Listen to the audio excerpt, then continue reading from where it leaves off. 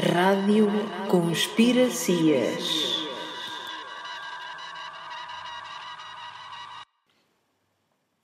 Em parte alguma, há um indício acerca do motivo pelo qual o construtor dessa pirâmide, o faraó Quéops, tenha escolhido justamente aquela rocha no deserto como local do monumento.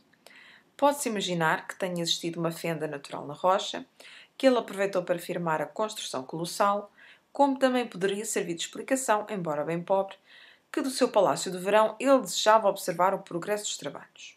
Ambas as razões são completamente destituídas de sentido. Por um lado, teria sido decididamente mais prático localizar o ponto da construção mais próximo das pedreiras orientais, a fim de encurtar os caminhos de transporte. E, por outro, é difícil imaginar-se que o faraó gostasse de ser importunado anos a fio pelo barulho que, também já naqueles tempos, enchia o local da construção dia e noite. Como há muita coisa contra as explicações contidas nos livros escolares sobre a seleção do local, pode-se pedir vénia para perguntar se também aqui talvez os deuses se tenham intrometido na conversa, ainda que fosse apenas através da meditação dos sacerdotes. Se, porém, se admitir tal interpretação, então há uma prova de peso a mais para a nossa teoria do passado fantástico da humanidade. Pois a pirâmide não só divide continentes e oceanos em duas metades iguais, além disso, situa-se no centro da gravidade dos continentes. Se os factos aqui anotados não forem acasos, e é muito difícil acreditar que o sejam, então o local da construção foi determinado por seres que conheciam com exatidão a forma do globo terrestre e a distribuição dos continentes e oceanos. Podemos recordar aqui a obra cartográfica de Piri Reis. Nem tudo pode ser explicado como acaso ou fábula. Com que força, com que máquinas, com que recursos técnicos, afinal, foi nivelado o solo rochoso? De que maneira os arquitetos avançavam com as suas galerias e como as iluminavam? Nem aqui nem nos túmulos de rocha no Vale dos Reis foram usadas tochas ou algo parecido. Não há tetos ou paredes enegrecidos, nem o menor indício de que tais vestígios tivessem sido apagados. Como e mediante o que foram cerrados das pedreiras os blocos gigantescos, com arestas tão retas e faces tão lisas. Como foram transportados e ajustados entre si com uma exatidão milimétrica. Novamente, existe um fecho de explicações à livre escolha. Planos inclinados, calhas arenosas, sobre as quais as pedras eram empurradas, andaimes, rampas, aterros e, naturalmente, o trabalho de muitas centenas de milhares de formigas egípcias, felas, camponeses, artesãos. Nenhuma dessas explicações resiste a uma observação crítica. A maior das pirâmides é, e conserva-se, testemunha visível de uma técnica nunca compreendida. Hoje, no século XX, nenhum arquiteto, mesmo que estivesse à sua disposição os recursos técnicos de todos os continentes, poderia imitar a construção da pirâmide de Quéops. 2.600.000 blocos gigantescos foram recortados das pedreiras, lapidados, transportados e no local da construção unidos exatamente até ao milímetro. E lá no fundo, no interior das galerias, as paredes foram pintadas de cores variadas. O local da pirâmide foi um capricho do faraó.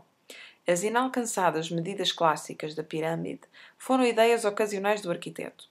Várias centenas de milhares de trabalhadores empurraram e puxaram sobre cilindros deslizadores inexistentes, mediante cordas inexistentes, blocos de peso de 12 toneladas, rampa acima. Esse exército de trabalhadores vivia de cereais inexistentes, dormia em choupanas inexistentes, que o faraó mandara erigir à frente do seu palácio de verão. Através de um altifalante inexistente, os trabalhadores eram movidos em ritmos por um oh-ha animador e assim empurraram blocos de 12 toneladas em direção ao céu.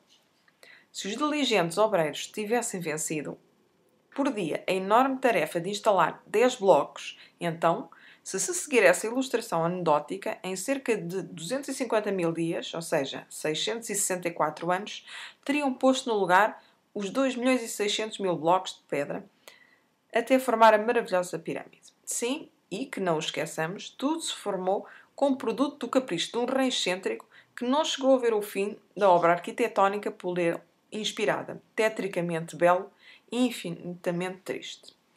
Parece desnecessário perder uma só palavra para demonstrar que esta teoria, seriamente apresentada, é inteiramente ridícula.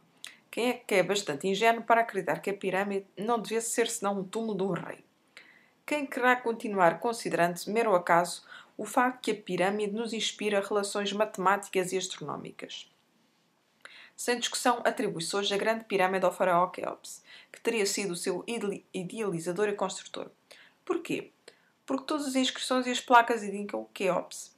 Que a pirâmide não pudesse ter sido construída no espaço da duração de uma vida parece-nos convincente.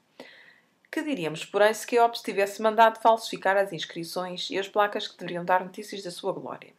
Foi esse um dos métodos nada impopulares na Antiguidade, como muitas obras arquitetónicas o sabem contar. Cada vez que um soberano ditatorial queria ficar com a glória para si só, provavelmente ordenava esse processo. Se isso foi assim, então a pirâmide existiu muito antes que Quéops mandasse nela afixar os seus cartões de visita.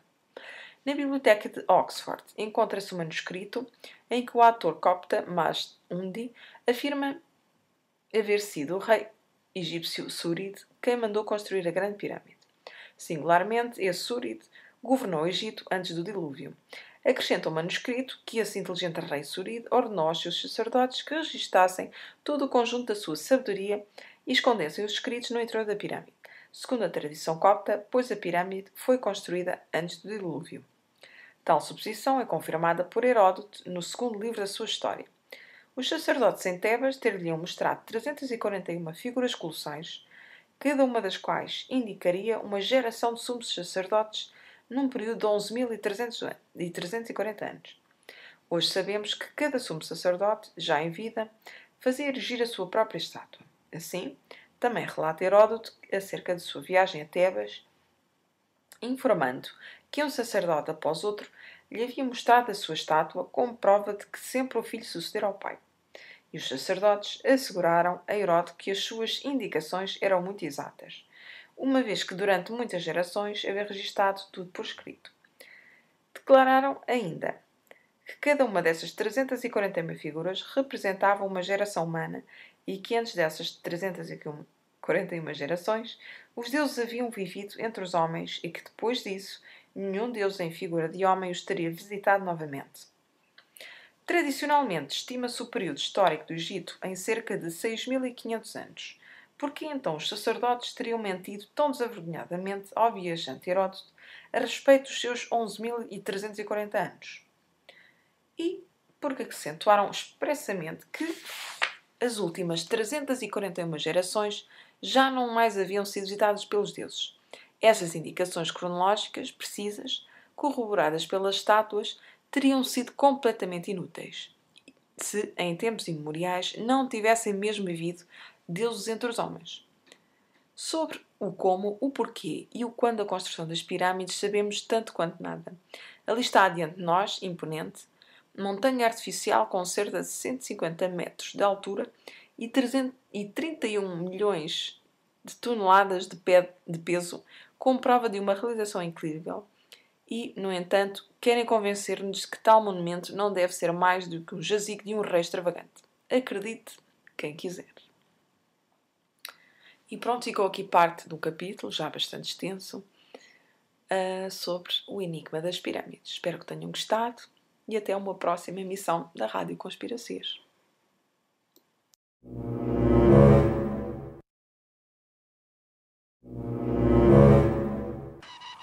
Rádio Conspiracias.